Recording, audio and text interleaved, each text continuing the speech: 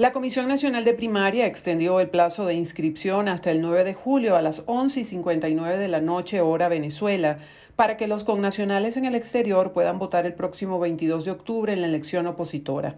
Anteriormente, el proceso de actualización de datos digitales finalizaría el viernes 7 de julio, por lo que la prórroga es de 48 horas adicionales a lo previsto por el ente rector. Los venezolanos que viven en el exterior y estén previamente inscritos en el registro electoral deben ingresar a la página www.primariaexteriorve.com y completar el formulario. En el comunicado, el ente rector de estos comicios detalló que para completar el proceso, los usuarios recibirán al menos 2 notificaciones vía correo electrónico en 2 momentos de la solicitud para finalizarla con éxito. La comisión exhortó a los migrantes venezolanos a participar del proceso, donde se elegirá el candidato de la oposición para la elección presidencial de 2024 y podrán participar ciudadanos en 31 países y más de 80 ciudades. El estado Apure fue el más afectado con presuntas violaciones a los derechos humanos, representando un 54% de los casos. Así lo reflejó el informe anual presentado este lunes por la Fundación de Derechos Humanos de los Llanos, Fundeuyán. En total, Fundeuyán documentó 358 presuntas violaciones a los derechos humanos, con casos de estigmatización, intimidación y criminalización, además de presuntas detenciones arbitrarias y secuestros. Lo que representa un aumento del 11% si lo comparamos con el año 2021.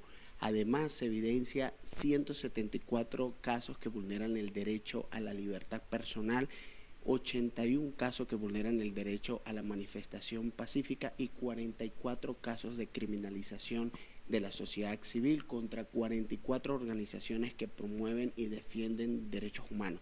Es importante resaltar técnicamente que Apure es el estado en donde más se vulnera el derecho a la libertad personal, con al menos 54 casos que vulneran el derecho a la libertad personal, valga la redundancia de decir, donde están detenciones arbitrarias, desapariciones forzadas, retenciones, entre otras. El Cuerpo de Investigaciones Científicas, Penales y Criminalísticas fue el grupo que más cometió presuntas vulneraciones a los derechos humanos, seguido por la Dirección General de Contrainteligencia Militar y la Policía Nacional Bolivariana.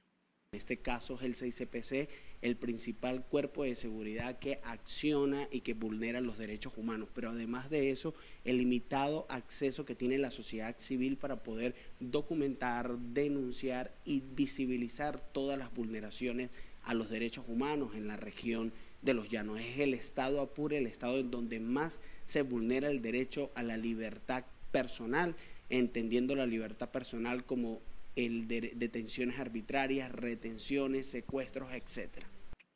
En cuanto a la libertad de expresión, Fundeuyán reportó 81 casos de violaciones, entre ellos 13 emisoras de radio cerradas y confiscación de equipos. En este apartado, Cojedes fue el estado más afectado con un 47% de los casos, seguido por Portuguesa, Barinas y Guárico. Por último, Fundeuyán aseguró que el mes de junio de 2022 fue uno de los más violentos y el que representó mayor vulneración a los derechos humanos, con un 42% de los casos registrados. Desde Caracas, Venezuela, Irene Mejías.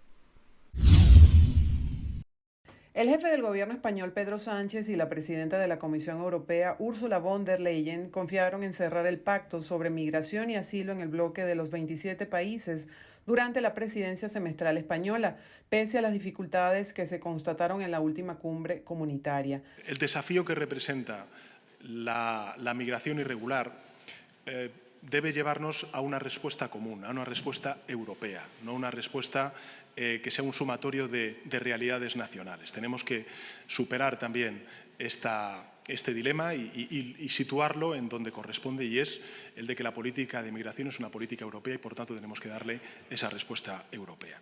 Y en ese sentido, bueno, pues trabajaremos desde España para que ese acuerdo sea equilibrado entre lo que representa la responsabilidad y la solidaridad, como me han escuchado en muchas ocasiones decir. Sánchez aseguró que Europa se está enfrentando a nuevos desafíos y para superarlos la inacción no es una opción y el bloque necesita hacer cambios y adoptar medidas. Entre otros objetivos citados por España para esta presidencia rotativa está la continuidad de la ayuda a Ucrania.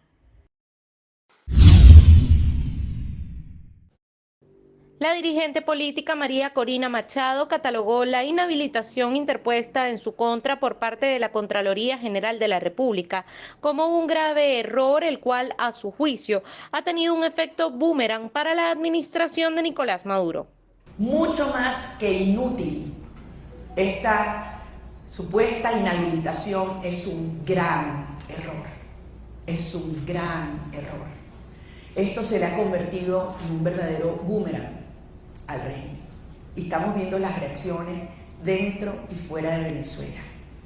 Porque además, ellos han logrado con esto que la primaria ya no sea solo una contienda entre candidatos o partidos venezolanos con distintas visiones de lo que hay que hacer para enfrentar al régimen o para derrotar y cambiar el país. No. Ellos con esto han logrado que las primarias se conviertan en la primera etapa de la contienda y la derrota de Maduro. La candidata por el movimiento 20 Venezuela enfatizó que de ganar el proceso de primarias, impulsará una nueva negociación para buscar la salida del poder de Nicolás Maduro, en la cual además buscará el apoyo internacional.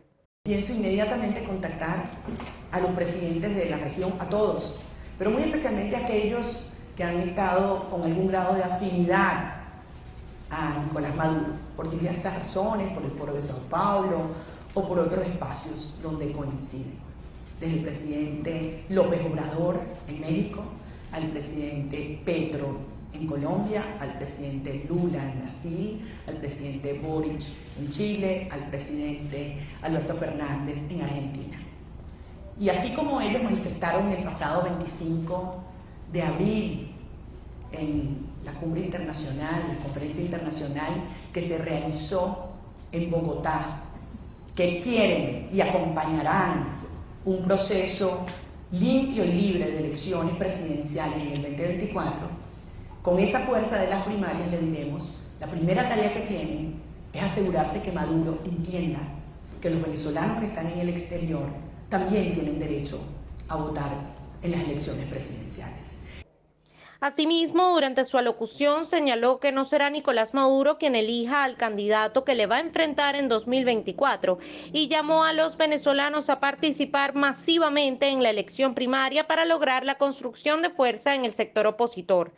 Recordó que quedan 5 días para que los venezolanos en el extranjero se inscriban en la página dispuesta por la Comisión Nacional de Primaria para participar en los comicios del 22 de octubre. El Mercosur, bloque integrado por Argentina, Brasil, Paraguay y Uruguay, reafirmó en el documento final su compromiso de alcanzar un acuerdo de libre comercio con la Unión Europea que sea beneficioso para ambas partes. Al cabo de la cumbre de jefes de Estado del Mercosur, celebrada en la ciudad argentina de Puerto Iguazú, el bloque reiteró el compromiso para avanzar hacia la pronta suscripción del acuerdo de asociación con la Unión Europea para el beneficio de todas las partes y que considere sus distintos niveles de desarrollo. La declaración conjunta lleva las firmas de los presidentes de Argentina, Alberto Fernández, de Brasil, Luis Ignacio Lula da Silva y de Paraguay, Mario Abdo, pero no de Uruguay, Luis Lacalle Pou, quien si bien respalda las negociaciones con el bloque europeo, cuestiona otros aspectos del actual estado del proceso de integración en el Mercosur. Los mandatarios firmantes de la declaración destacaron los trabajos llevados a cabo en el semestre que concluyó, en particular la reunión de jefes negociadores Mercosur-Unión Europea celebrada en Buenos Aires en marzo y la de jefes negociadores alternos desarrollada el 15 de junio. Tras 2 décadas de negociaciones, el bloque de los 27 países europeos y los 4 países suramericanos alcanzaron un acuerdo político general en 2019, pero desde entonces las conversaciones han estado prácticamente paralizadas por divergencias entre las partes. Al menos 8 personas murieron en tiroteos masivos que ocurrieron este lunes en los estados de Texas y Pensilvania en la víspera del Día de la Independencia de Estados Unidos, una jornada que según las estadísticas suele ser de las más violentas del año. La policía de la ciudad de Filadelfia, en Pensilvania, informó que un hombre fue detenido la noche del lunes tras disparar indiscriminadamente contra varias personas en el suroeste de la ciudad. 5 personas murieron en este suceso y 2 niños de 2 y 13 años resultaron heridos. El hombre vestía un chaleco antibalas y tenía varios cargadores, un rifle de asalto AR-15 y una pistola. En otro suceso violento registrado en la ciudad de Fort Worth, en el estado de Texas, al menos 3 personas murieron y 8 resultaron heridas, entre ellas una menor de edad, tras un tiroteo masivo registrado en un estacionamiento. Así informó el Departamento de Policía de la ciudad. Por el momento no se han registrado arrestos y el motivo de los disparos se desconoce. El suceso se produjo en la jornada en la que el vecindario celebraba sus fiestas locales cuando en el estacionamiento había una gran multitud reunida. Insto a que se levanten todas las restricciones indebidas al derecho a participar en los asuntos públicos, el pleno cumplimiento del debido proceso y que se instauren medidas para evitar y sancionar los ataques, intimidación y criminalización de personas que manifiestan disensión. Nos han llegado información sobre los obstáculos a la libre participación en las cuestiones políticas, incluyendo descalificaciones administrativas de miembros de la oposición, que se les insta a no asumir cargos, han de abordarse con urgencia. Turk informó retrasos prolongados en investigaciones por las muertes en las protestas de los años 2014, 2017 y 2019. Además, habló de las muertes en operativos de seguridad. La oficina ha recibido información sobre otras 91 denuncias de tortura presentadas por víctimas y sus representantes desde 2018. Exhorto a las autoridades a garantizar un seguimiento adecuado, sin extensión y con total transparencia de las 101 muertes que mi oficina documentó en el contexto de operaciones de seguridad. Solo 8 han sido enjuiciadas. La oficina ha registrado 67 incidentes en que funcionarios supuestamente estaban implicados. Mi oficina también ha documentado 17 casos de procedimientos judiciales indebidos y detención arbitraria. El número de estos incidentes ha disminuido con respecto al año anterior, pero sigue siendo preocupante. Turk exhortó la liberación de 16 trabajadores detenidos presuntamente de forma arbitraria, según la conclusión de su oficina. Hizo mención del caso del defensor de derechos humanos, Javier Tarazona, tras 2 años de prisión sin una condena. Además, aseguró que la libertad de expresión es preocupante y su oficina documentó el cierre de 16 estaciones de radio a escala nacional. Por su parte, Héctor Constant, representante de la administración de Nicolás Maduro, calificó de hostil el nuevo informe. Deploramos la prevalencia en el informe de una redacción hostil, a partir de afirmaciones sin fundamento, no verificadas o contrastadas con el Estado, que sin duda alimentarán la negativa e injusta campaña mediática financiada contra Venezuela por los grandes medios transnacionales de comunicación. A pesar de ello, seguiremos avanzando en la cooperación con la oficina, con la cual hemos renovado por 2 años una carta de entendimiento bajo los principios del respeto a la soberanía y la no injerencia en los asuntos internos, lo cual debería ser garantía suficiente para evitar los juicios de valor y las aseveraciones que patentan un penoso desequilibrio de su informe. El vicealcalde de la ciudad de Doral, Rafael Pineiro, aseguró que se han hecho los enlaces necesarios para que el próximo 22 de octubre los venezolanos puedan acudir a participar en los comicios primarios. La semana pasada tuve una reunión con todos los miembros del que hacen grupo de la primaria. Se discutió que el Doral sea la ciudad en lo que es el sur de la Florida, en Miami, donde el venezolano pueda ejercer su derecho al voto. Estamos entre 2 puntos aún por terminar de finiquitar Uno potencial puede ser el Miami-Dade College, que está dentro de la ciudad del Doral, y la otra ubicación sería obviamente nuestro centro, uno de los centros de la ciudad del Doral como ciudad que estaríamos facilitando para el evento. Así que estamos en apoyo, como democracia que somos acá en esta gran nación, que ayer celebramos la independencia de este país, es apoyar obviamente la causa de libertad por Venezuela. Pineiro ofreció estas declaraciones en el marco de actividades con la diáspora venezolana en conmemoración de la independencia de Venezuela. El obispo nicaragüense Rolando Álvarez, condenado a más de 26 años de prisión por presunta traición a la patria, que había sido excarcelado por el régimen de Daniel Ortega desde el lunes, volvió a prisión tras negarse a abandonar Nicaragua.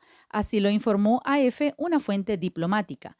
El obispo Álvarez se encontraba bajo resguardo de la Conferencia Episcopal de Nicaragua. Su excarcelación había sido gracias a negociaciones entre el gobierno nicaragüense, el Vaticano y el episcopado, que luego discutieron el destino del alto jerarca. En las conversaciones se trató la posibilidad de que el obispo Álvarez fuera enviado a Roma o al exilio o fuera devuelto a prisión en caso de negarse, lo que finalmente ocurrió. Así lo informó una fuente a la agencia EFE. No obstante, el cardenal nicaragüense Leopoldo Brenes negó que Álvarez, obispo de la diócesis de Matagalpa y administrador apostólico de la diócesis de Estelí, ambas en el norte de Nicaragua, haya sido excarcelado por las autoridades nicaragüenses. Aseguró que se trataba de especulaciones. En febrero de 2023, el gobierno de Ortega excarceló y expulsó del país a 222 presos políticos que fueron trasladados a Washington en un avión fletado por el gobierno estadounidense. El obispo Álvarez se negó a abandonar el país y como consecuencia fue sentenciado a más de 26 años de prisión, despojado de su ciudadanía y trasladado de su arresto domiciliario a la cárcel. Además, Ortega ha declarado interrumpidas las relaciones bilaterales con el Vaticano y ha calificado como una mafia a la Iglesia.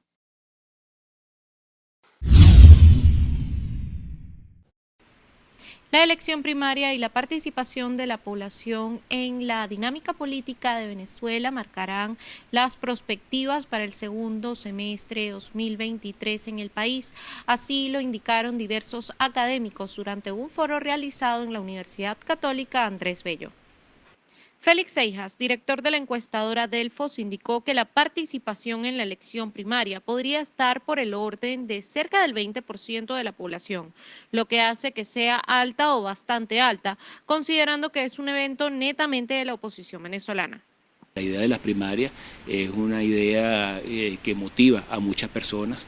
Es decir, el tema electoral vuelve a ser el protagonista, la gente está pendiente de los detalles de lo que es esta primaria, de quiénes son los candidatos, de cómo puede terminar resultando esto, independientemente de que vayan a votar o no, todas las personas ven con buenos ojos que esto se realice. El porcentaje de personas que participaría es bastante interesante, se puede ver bajo si uno no lo pone en contexto, ¿no?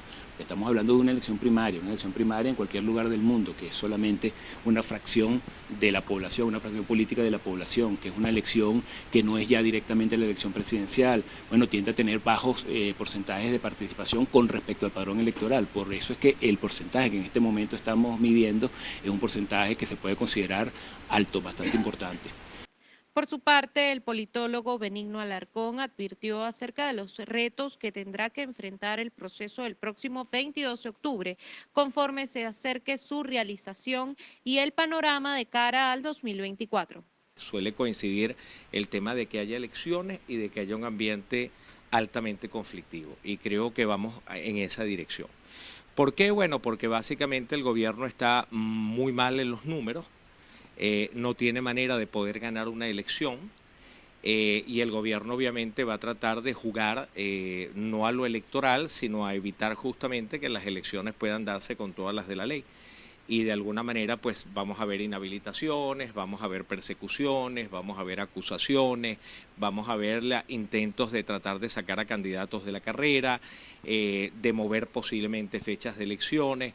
Y todo esto en medio de una sociedad que quiere cambio, que reclama cambio en un 80%.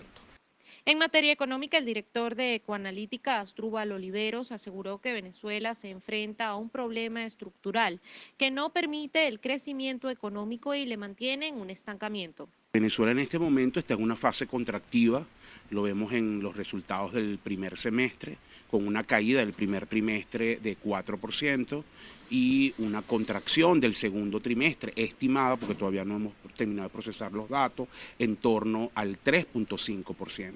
Eso da pues una caída general de casi 4% para todo el semestre, después de haber crecido el primer semestre del año pasado 15%. Es decir, pasamos de 15% de subida primer semestre de 2022 a caída de casi 4% primer semestre 2023. Buena parte de esa contracción tiene que ver con la caída del consumo, por una pérdida importante de poder adquisitivo, sobre todo en el sector público, que tiene una caída acumulada cercana al 90%, es muy alto, sobre todo si la contrastas con la caída de 22% que tiene el sector privado.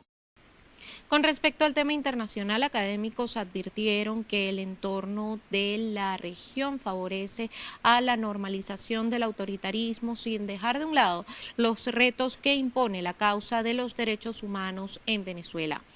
Desde Caracas, Venezuela, Irene Mejías. Venezuela acumuló un 100,8% de inflación en el primer semestre de 2023, según estimaciones difundidas por el Observatorio Venezolano de Finanzas, organismo integrado por economistas y expertos al margen del Banco Central. Además, registró en 429% la inflación interanual.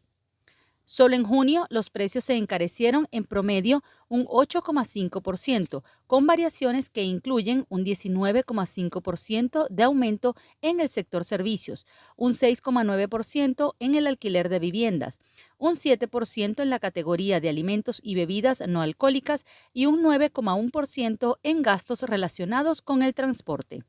Asimismo, los costos en el área de la salud se incrementaron un 7,2%, el vestido y calzado subió un 7,8%, la educación un 8%, los restaurantes y hoteles un 8,7% y el esparcimiento un 9%. La inflación del sexto mes del año supera la reportada en mayo, cuando cerró en 7,6%, según las estimaciones del Observatorio Venezolano de Finanzas.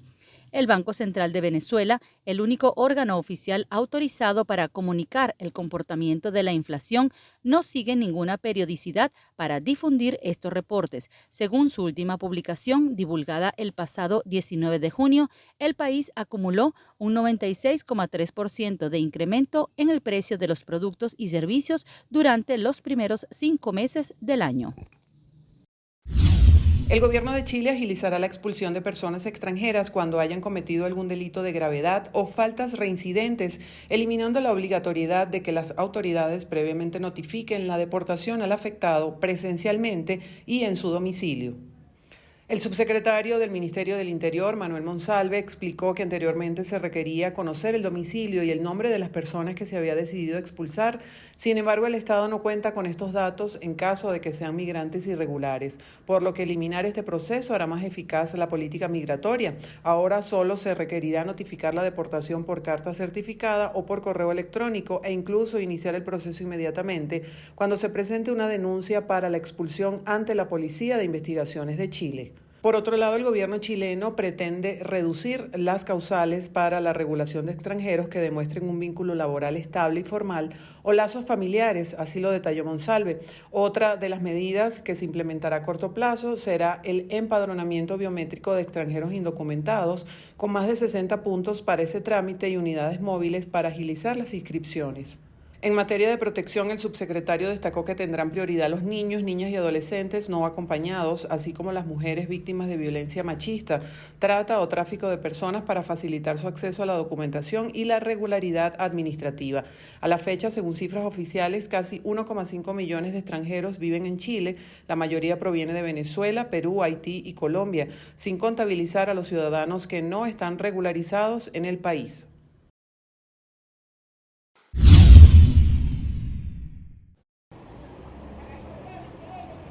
La candidata a la elección primaria, Delsa Solórzano, consideró este viernes que las inhabilitaciones políticas interpuestas por la Contraloría General de la República son inconstitucionales.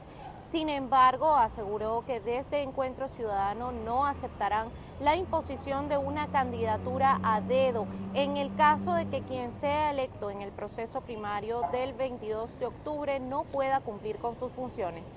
He visto propuestas de algunos candidatos con los que nosotros no vamos a estar de acuerdo. Nosotros no vamos a estar de acuerdo con que si yo salgo electa candidata, finalmente, entonces yo soy la que decide en caso de una inhabilitación o de cualquier hecho que pueda impedir mi participación, entonces el que eligieron es el que elige al otro.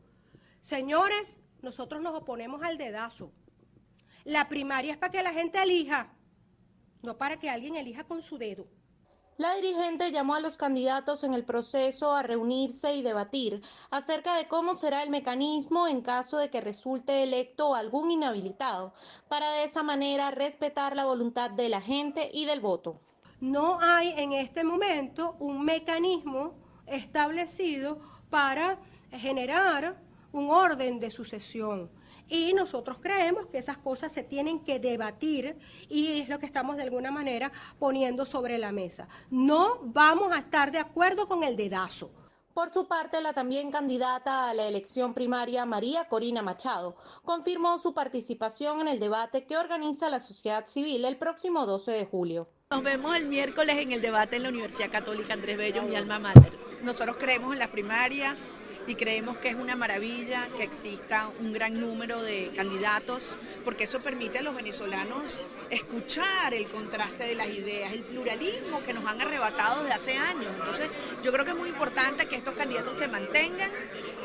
Creo que el diálogo, el debate del miércoles es una oportunidad para escucharlos y para que cada venezolano pueda escoger. La coordinadora de Vente Venezuela aseguró que para la recuperación del país se requiere del apoyo de todos los sectores y apuesta por la reunificación de los venezolanos. Lo que viene es duro, lo que viene es duro.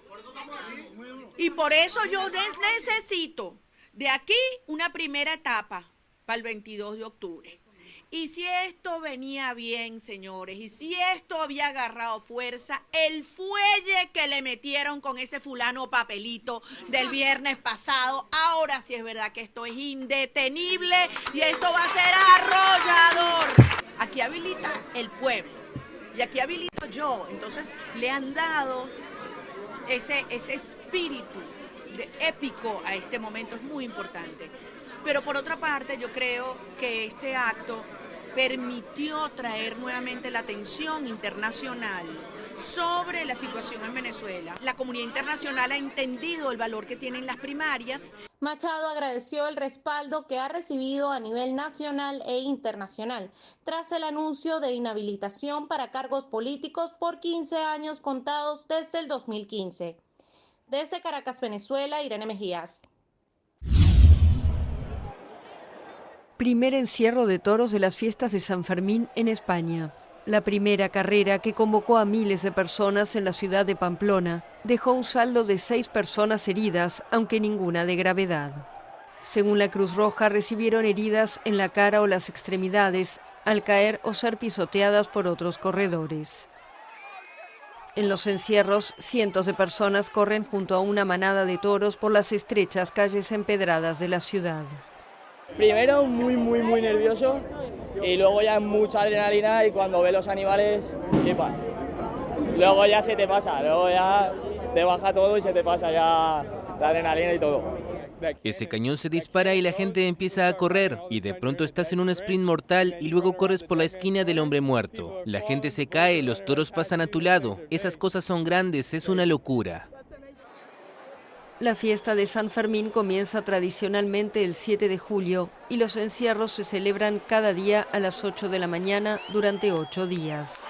Desde 1911, 16 personas han muerto en las corridas. La última fue un español de 27 años en la edición de 2009.